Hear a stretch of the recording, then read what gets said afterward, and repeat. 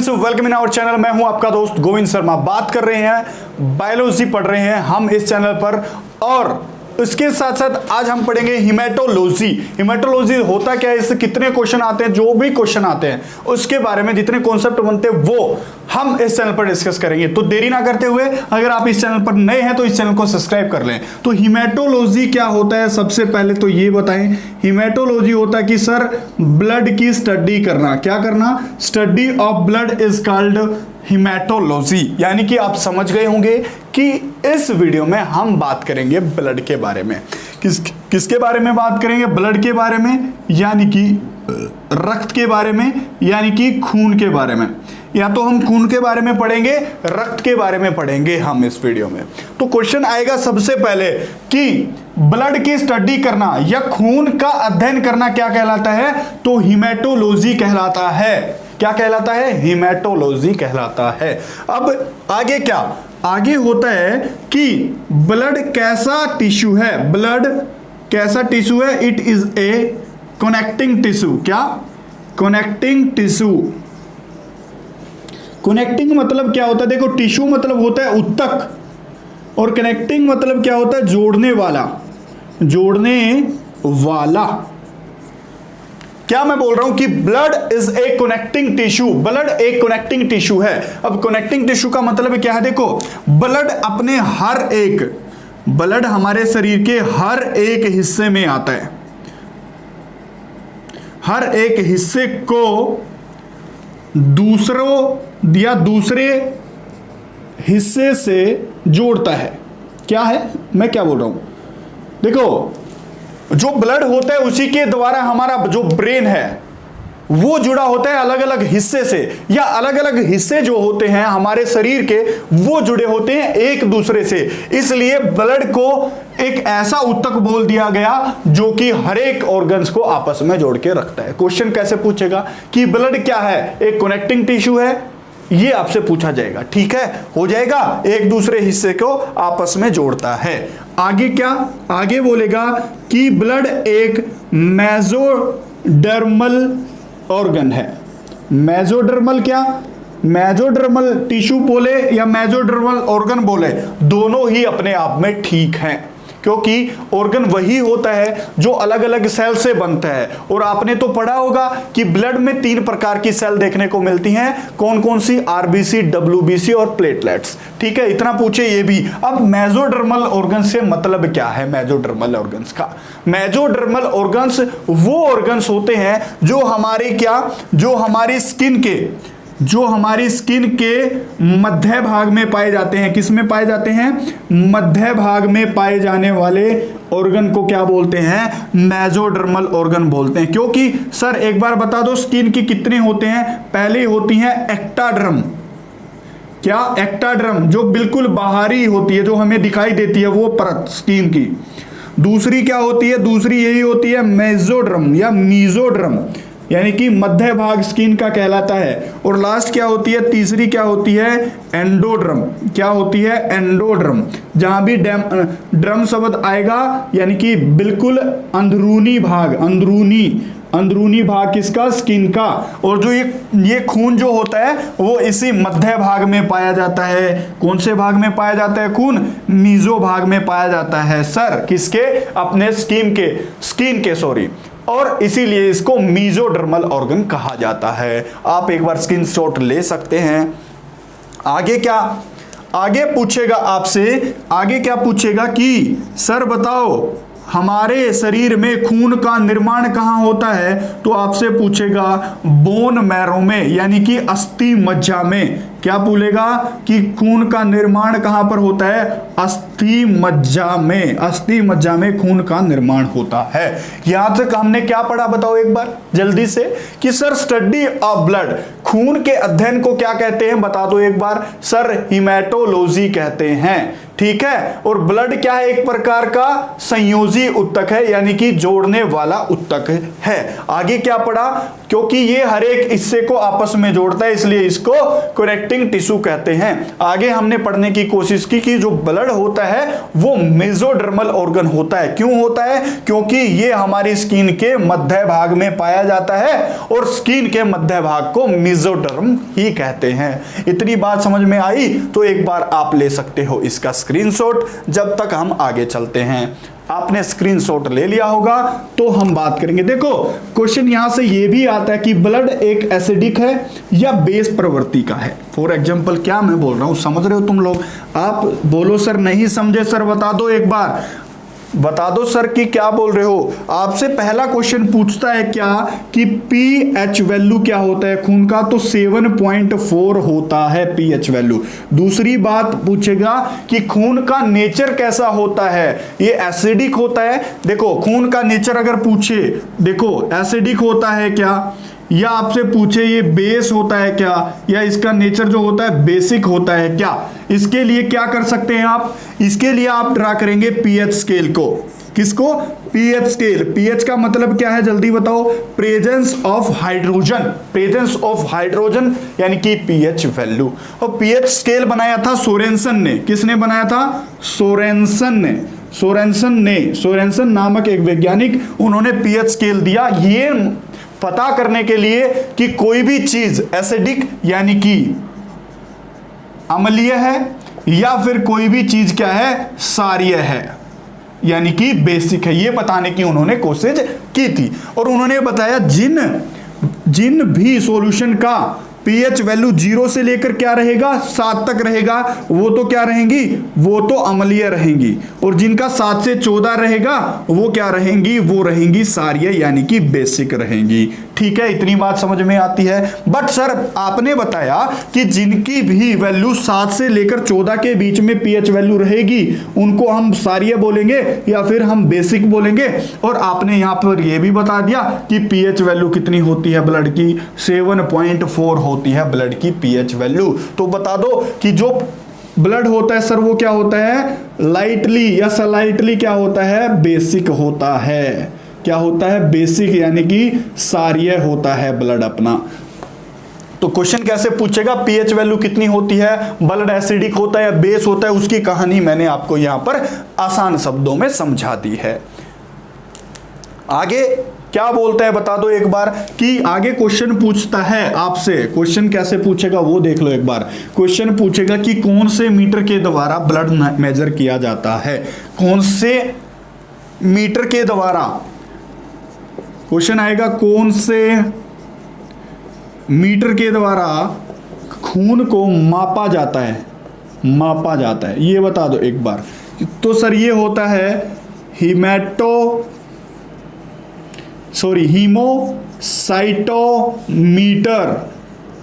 देखो मीटर तो वही होता है किसी चीज को मापने वाला, कि अपना बिजली मीटर होता है वही, वैसे ही यंत्र क्या होता है, मीटर तो कोई भी यंत्र होता है जो नापता है। और साइटो जहां भी आए उसका मतलब होता है सेल्स यानी कि कोशिका, और हीमो जहां भी आएगा उसका मतलब क्या होगा, हीमोग्लोबिन। और हीमोग्लोबिन भी क्या, आरबीसी, यानी कि ब्लड को मेजर करने वाले मीटर को क्या बोलेंगे, आप इसको तोड़ तोड़ के पढ़ेंगे। हीमो, दूसरा क्या साइटो, और तीसरा क्या मीटर, हीमोसाइटोमीटर उसे कहा जाता है। और अगर क्वेश्चन आए आरबीसी को मेजर करने के लिए कौन सा डिवाइस यूज किया जाता है, तो वो भी यही होगा।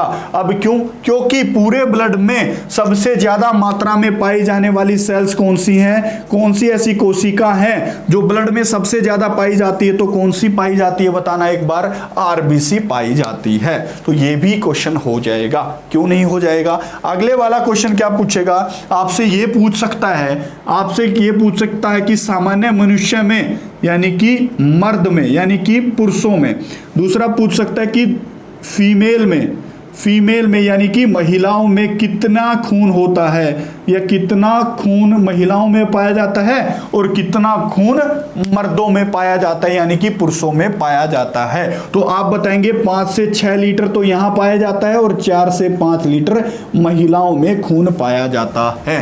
तो कितना खून पाया जाता है पुरुषों में? 5 से 6 लीटर, और फीमेल्स में ये पाया जाता है 4 से 5 लीटर पाया जाता है।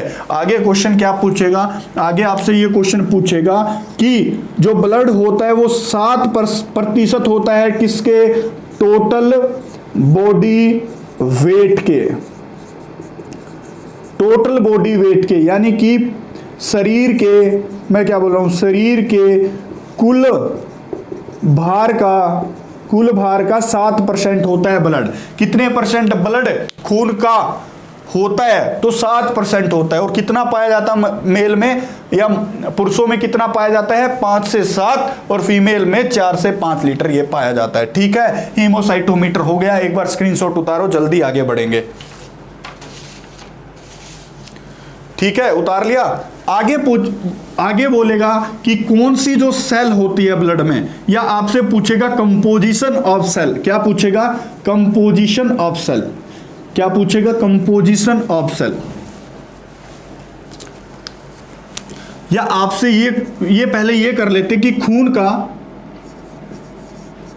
का रंग कैसा होता है। तो आप सभी बता देंगे कि खून का रंग क्या होता है? लाल होता है। लेकिन खून का रंग जो है वो लाल क्यों होता है, ये क्वेश्चन आपसे पूछेगा कि खून का जो रंग है वो लाल किस कारण होता है। तो आपको आंसर देना है। क्या आपको आंसर देना है? हीमोग्लोबिन के कारण, HB के कारण होता है। कितना?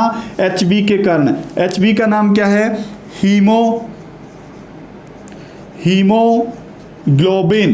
हीमोग्लोबिन के कारण क्या होता है? हमारे खून का रंग जो है लाल होता है। और ये हीमोग्लोबिन कहां पर पाई जाती है?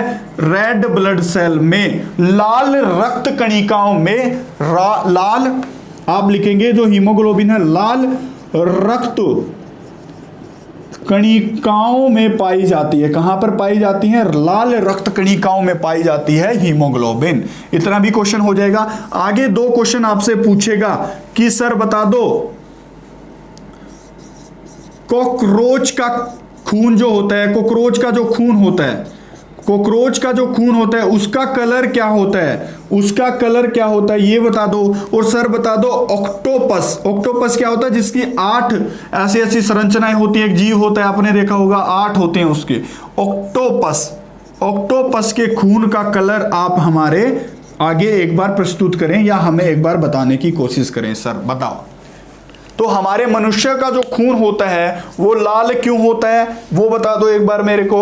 और बता दो कॉकरोच का खून है वो कैसा होता है। तो कॉकरोच का खून आए तो कैसा होता है? व्हाइट होता है। और अगर आए ऑक्टोपस का खून कैसे होता है, तो आपको आंसर लगाना है कि सर ये क्या होता है? ब्लू होता है, ब्लू इन कलर होता है।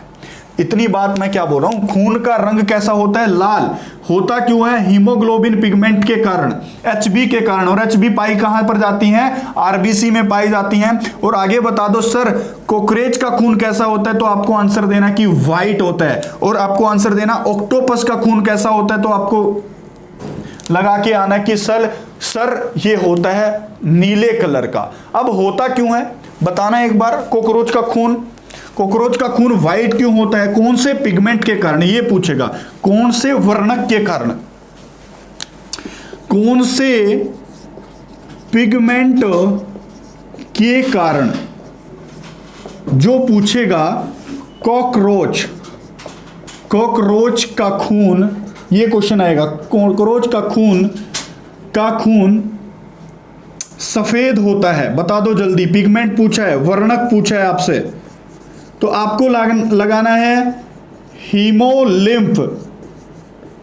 हीमो तो वही है, ब्लड के लिए आता है शब्द। और लिम्फ का मतलब होता है ऐसी चीजें जो चीजें ट्रांसपेरेंट हों, इसलिए उसका खून क्या होता है? थोड़ा सा हमें सफेद दिखाई देता है। अब बता दो सर कि ऑक्टोपस का खून आपने बताया कि नीला होता है, लेकिन नीला क्यों होता है ये बता दो एक बार। नीला क्यों होता है? किसका? ऑक्टोपस का खून नीला क्यों होता है, ये क्वेश्चन अगर आ जाए तो सर, ऑक्टोपस का खून नीला क्यों होता है, ये क्वेश्चन आ जाए तो, या किस पिगमेंट के कारण होता है, ये क्वेश्चन आ जाए तो पिगमेंट आप लिखेंगे हीमोसाइनिन। क्या? जहां भी आप साइनो या साइनिन वर्ड देखोगे तो आप तुरंत समझ जाओगे कि ये बात कर रहा है किसके लिए? ब्लू कलर के लिए। तो हीमो तो हमेशा ब्लड के लिए आया है और यहां पर साइनिन आया है ब्लू कलर के लिए। तो बता दो सर एक बार क्या होता है? पिगमेंट के बारे में बताया, अपना पिगमेंट पूछे कि मनुष्य का खून लाल क्यों होता है, तो आप आंसर लगाएंगे कि हीमोग्लोबिन पिगमेंट के कारण। दूसरी बात, कॉकरोच का पूछे कॉकरोच का खून व्हाइट क्यों होता था? हीमोलिम्फ के कारण, हीमोलिम्फ पिगमेंट के कारण। और दूसरा पूछे ऑक्टोपस का खून ब्लू क्यों होता है, ब्लू क्यों होता है, तो आपका आंसर क्या रहना चाहिए? हीमोसाइनिन के कारण, हीमोसाइनिन के कारण ऐसा होता है। हो जाएगा क्वेश्चन? हो जाएगा, बिल्कुल हो जाएगा, बिल्कुल सर। आगे हम क्या करेंगे? आगे हम करेंगे आज वाली वीडियो का लास्ट टॉपिक, या आज वाली वीडियो की लास्ट हेडिंग क्या है कि सर एक बार ये बता दो कि हमारे खून में कौन कौन सी चीजें हैं वो होती हैं। तो यानी कि आगे आप हेडिंग डालोगे कंपोजिशन ऑफ ब्लड, या हिंदी में इसको बोलेंगे रक्त के घटक। रक्त के कौन कौन से घटक हैं? घटक का मतलब है रक्त में कौन कौन से पार्ट होते हैं, कौन कौन सी चीजें होती है। तो आप यहां से लिखेंगे कि सर 2 पार्ट होते हैं ब्लड में। एक तो पार्ट होता है क्या? एक तो पार्ट होता है सर सॉलिड, यानी कि कौन सा पार्ट होता है? आप लिखेंगे कि सर ठोस पार्ट होता है एक तो। और दूसरा पार्ट क्या होता है सर? लिक्विड पार्ट होता है। और इसी लिक्विड पार्ट को क्या बोलते हैं हम? प्लाज्मा बोलते हैं। क्या बोलते हैं? प्लाज्मा बोलते हैं। यहां से क्वेश्चन कैसा आएगा कि खून के कौन से पार्ट को प्लाज्मा बोला जाता है, तो कौन से पार्ट को? लिक्विड पार्ट को। खून में कौन कौन से पार्ट होते हैं, तो ठोस पार्ट में कौन कौन सी चीजें आएंगी? ठोस पार्ट में आती हैं अपनी मोस्टली सेल्स। सेल्स मतलब खून में जो भी कोशिकाएं होती हैं वो आती हैं सॉलिड पार्ट में। तो कौन कौन सी कोशिकाएं होती हैं, जल्दी बताओ एक बार। तो होती कौन सी है सर? आरबीसी होती है सर, डब्ल्यूबीसी होती है, और सर क्या होती है? प्लेटलेट्स होती हैं सर। कौन सी? प्लेटलेट्स होती हैं। अब आगे क्वेश्चन कैसे आएगा कि लिक्विड पार्ट या प्लाज्मा कितने % होता है ब्लड में, तो आप लगा के आओगे कि 55%, और बचा जो 45% रह गया वो क्या होता है? वो सॉलिड पार्ट होता है या सेल वाला पार्ट होता है। हो जाएगा क्वेश्चन? स्क्रीनशॉट एक बार ले लो, स्क्रीनशॉट एक बार ले लो, हो जाएगा क्वेश्चन। कंपोजिशन में और प्लाज्मा पार्ट कितना होता है? 55% होता है। और खून टोटल वेट का कितने % होता है? मैंने बताया 7% होता है। आगे क्या कर सकते हैं कि सर बताओ सीरम क्या होता है? सीरम हिंदी में इसको ऐसे ही लिखते हैं सीरम। सीरम क्या होता है ये बता दूं कि देखो, जब हमारा खून बाहर निकलता है, जब इस खून को हम बाहर निकालते हैं, हमें चोट लग जाती है, तो हमारे शरीर में क्या बनता है? हमारे शरीर के बाहर एक थक्का सा जम जाता है। ब्लड यानी कि क्लॉट होने की कोशिश करता है, क्लॉटिंग ऑफ ब्लड इसे बोलते हैं, या खून का थक्का जम जाना इसे बोलते हैं। ठीक है, इतनी बात होगी। और ये सीरम क्या है? इस सीरम में क्या होता है? इसमें ये क्लॉटिंग फैक्टर नहीं होता, यानी कि थक्का जमने वाला कारक नहीं होता है सीरम में। यानी कि अगर ब्लड से ये थक्का जमने वाला कारक मैं निकाल दूं, अगर ब्लड से ये थक्का जमने वाला कारक मैं निकाल दूं, तो वो बन जाएगा सीरम। अब सर आपने पढ़ा होगा कि ब्लड का थक्का जमने के लिए कौन सा प्रोटीन उत्तरदायी होता है जो ब्लड में होता है, तो आपका आंसर रहना चाहिए फिब्रिनोजन। फिब्रिनोजन होना चाहिए आपका आंसर। और अगर मैं आपसे बोलूं ब्लड से ये फिब्रिनोजन अगर मैं माइनस कर दूं या इसको ब्लड से किसी भी तरीके से निकाल दूं, तो जो भी पदार्थ बनेगा वो बनेगा सर क्या? सीरम बनेगा। और ये सीरम क्या होता है सर एक बार बता दो जरा। ये सीरम होता है कि बाहर निकलने के बाद भी जो अपना खून है वो जम नहीं पाता है। ठीक है, आज तक आपने इतने क्वेश्चन पढ़े, या अब तक आपने इतने क्वेश्चन पढ़े, उनके मैं जवाब देने में सक्षम हो पाया हूं क्या? आप अगर देखेंगे अगले वाली वीडियो में हम बात करेंगे कि आरबीसी से कितने क्वेश्चन आते हैं, डब्ल्यूबीसी से कितने क्वेश्चन आते हैं, और प्लेटलेट से कितने क्वेश्चन आते हैं। अगले वाली वीडियो में आप इनके साथ रूबरू होंगे। आप अच्छे अपने इन वीडियो को शेयर कर सकते हैं, चैनल को और सब्सक्राइब कर सकते हैं, अपने दोस्तों के साथ शेयर कर सकते हैं। वीडियो अगर अच्छी लग रही हो या कुछ कमी हो तो कमेंट बॉक्स में आप एक बार मेरे से या हमें बता सकते हैं। हमारी टेक्निकल टीम या हम उसका खुद जवाब देने के लिए उत्तरदायी होंगे। आपने ये वीडियो देखी इसके लिए धन्यवाद।